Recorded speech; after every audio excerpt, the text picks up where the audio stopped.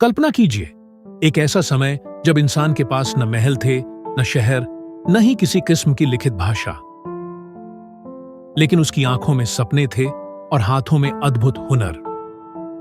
वह हर दिन नई चुनौतियों से जूझता, प्रकृति को समझने की कोशिश करता और छोटी-छोटी खोजों से अपने जीवन को बेहतर बनाता।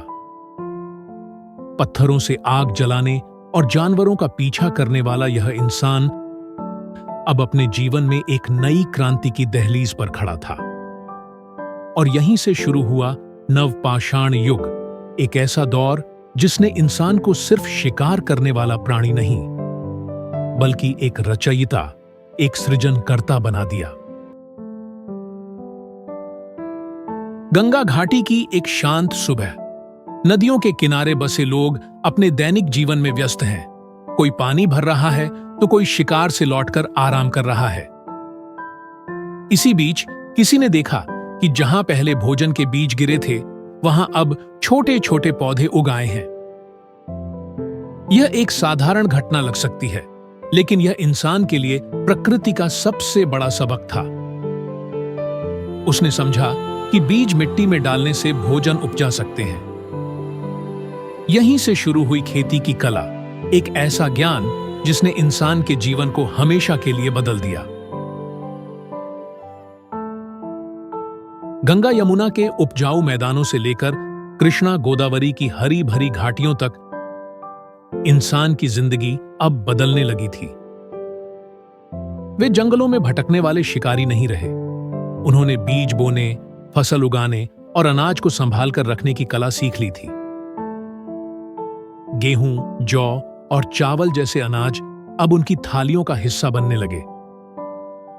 इसके साथ ही उन्होंने जानवरों को भी पालतू बनाना शुरू किया।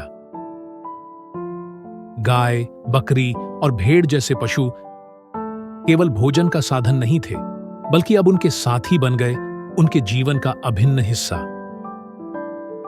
यह वह दौर था जब इंसान ने प्रकृति से सामंजस्य बैठाकर अपनी दुनिया को नया स्वरूप देना शुरू किया।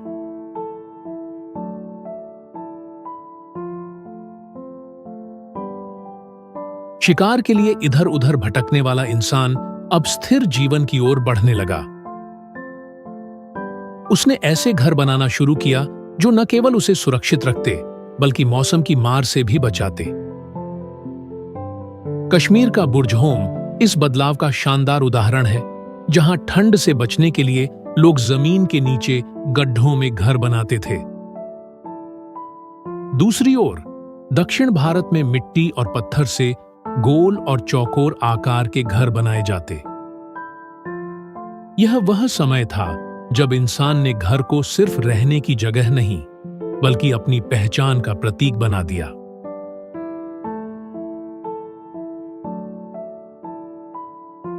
अब समाज महज लोगों का समूह नहीं रहा, बल्कि एक बड़े परिवार का रूप ले चुका था। हर व्यक्ति का योगदान महत्वपूर्ण था। कोई खेतों में काम करता तो कोई औजार बनाता। त्योहार सामूहिक उत्सव बन गए, जहां लोग मिलकर नाचते गाते और खुशियां बांटते।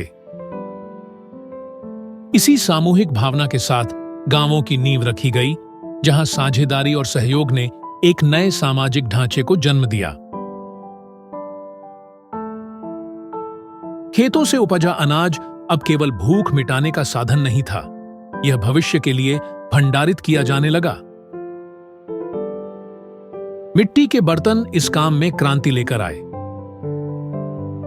खूबसूरत डिजाइन वाले ये बर्तन इंसान की रचनात्मकता और आवश्यकता का अद्भुत मेल थे। जल संग्रहण के लिए घड़े और मटके बनाए गए, जो जीवन को और सुविधाजनक बनाते। धीरे धीरे अनाज, औजार और वस्त्रों का आदान प्रदान शुरू हुआ। यह शुरुआती व्यापार सिर्फ आवश्यकताओं की पूर्ति का साधन नहीं था, बल्कि अलग अलग समुदायों के बीच संबंधों को जोड़ने और मजबूत करने का जरिया बन गया। सूरज, चांद, नदियां और पहाड़, ये सभी उनके लिए केवल प्राकृतिक तत्व नहीं थे, बल्कि वे दिव्य शक्तियों का प्रतीक थे। सूरज उनके लिए जीवन का स्रोत था, चांद रात की शांति और समय की माप था। नदियां जीवनदायिनी थीं और पहाड़ों को वे प्रकृति के संरक्षक मानते थे। प्रकृति उनके लिए सिर्फ संसाधन नहीं थी, बल्कि एक दिव्य शक्ति थी जिसे सम्मान देना और समझना उनकी आस्था का हिस्सा था। जैसे जैसे नवपाषाण युग में इंसान का जीवन विकसित हुआ, वैसे वैसे उसने न केवल जीवन को समझा, बल्कि मृत्यु को भी एक नए नजरिए से देखा। वे यह विश्वास रखते थे कि मृत्यु जीवन का अंत नहीं, बल्कि एक नई यात्रा की शुरुआत है। उनकी कब्रगाहें इस आस्था का प्रमाण है, जहां पत्थरों के विशाल चक्र और सामूहिक कब्रें इस विश्वास को दर्शाती हैं कि मृत्यु के बाद भी आत्मा की यात्रा जारी रहती है।